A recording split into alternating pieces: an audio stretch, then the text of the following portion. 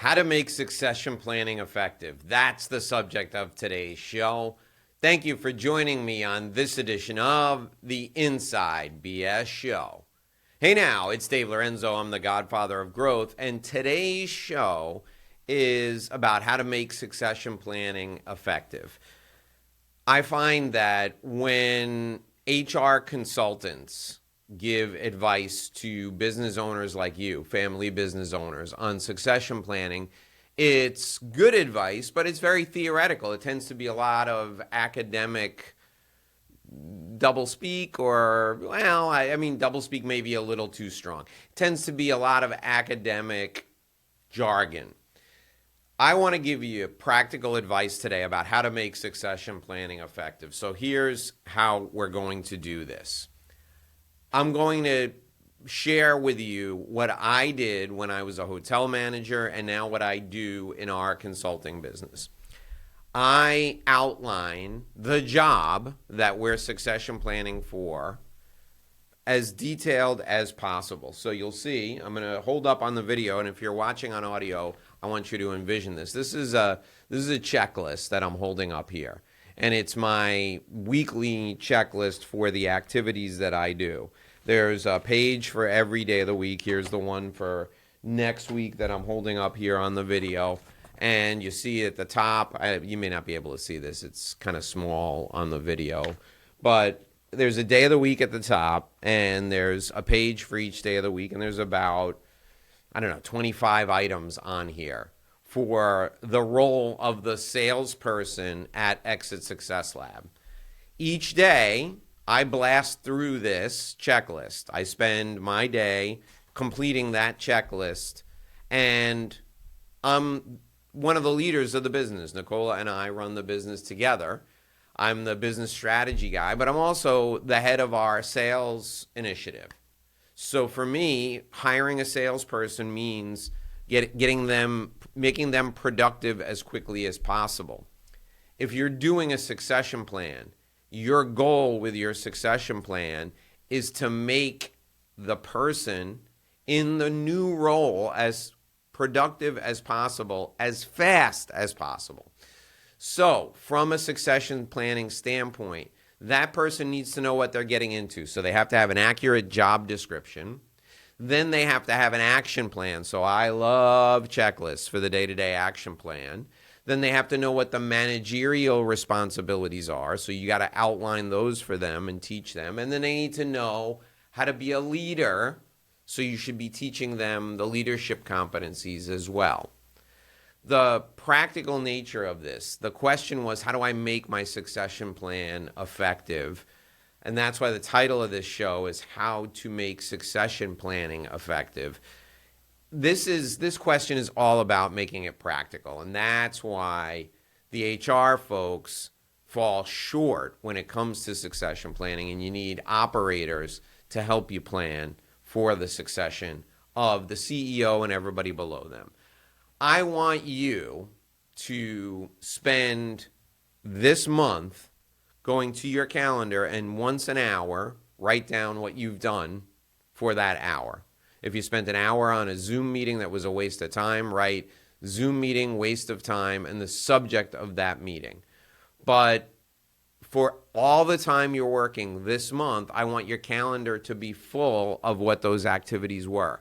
Then what I'd like you to do is I'd like you to have an administrative assistant, can be a virtual assistant, go back through your calendar and catalog everything. And he or she can use AI for this.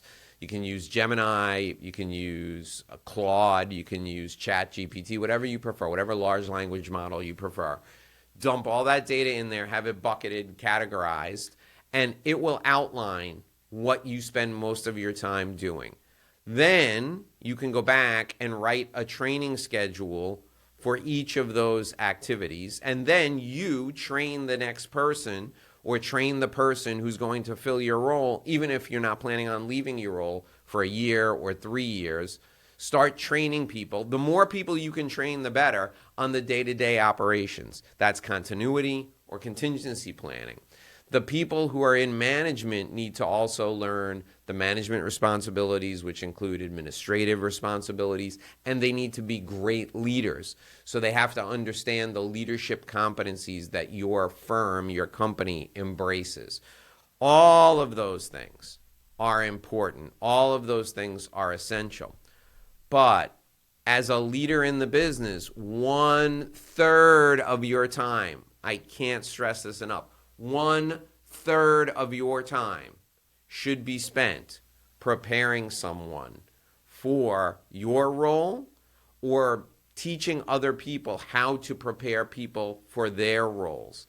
1/3 of every manager's time should be spent teaching someone to do what they do. Why? That's how you add value to a business. My mission in life, my mission with you, is to enhance the value of your business, to help you protect your legacy, and to give you more options when you're ready to transition your business. Whether you transition from president to CEO, from CEO to chairperson, from president, CEO, chairperson to just passive investor, or if you want to sell your business at some point. You're going to have to plan for your succession, and everyone below you needs to plan for their succession. If you have this in hand, you got a succession plan in hand, and you go to sell your business, it's going to be worth at least 50% more than if you hadn't done that. Why? Because the person coming in knows for every role, there's somebody backfilling that role. Somebody can do that job at 80% of the competency and capability of the person who's in it now. So when the CEO leaves, there's somebody who's 80% as good as that CEO. They're going to learn the 20% in the job. Your family business is more valuable when you're planning for succession. So how to make succession planning effective?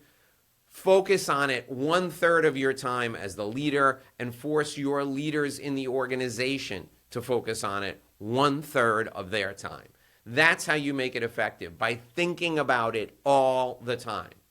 The people who join our Exit Success Lab community, whether they're professionals who help us with our consulting work or business owners with whom we work to increase the value of their business, everyone in our community focuses 1/3 of their time on training and preparing their replacement. That's it.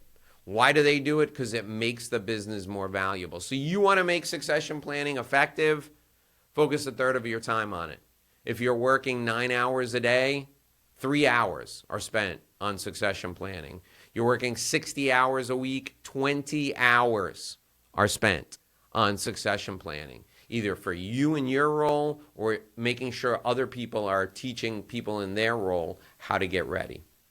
That's how you make succession planning effective. This is the Inside BS Show. My name is Dave Lorenzo. I'm going to ask you for a favor now.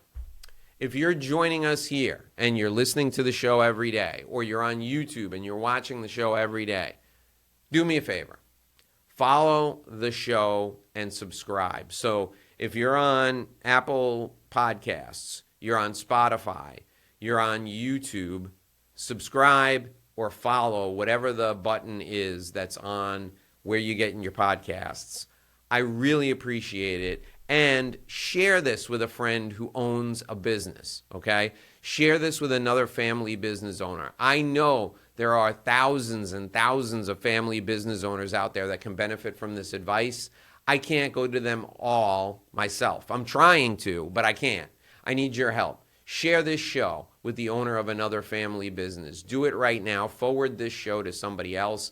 I thank you so much for joining me here today. I thank you for sharing this. I'll see you tomorrow at 6 a.m. Until then, here's hoping you make a great living and live a great life. Thanks for joining me. Share the show, please.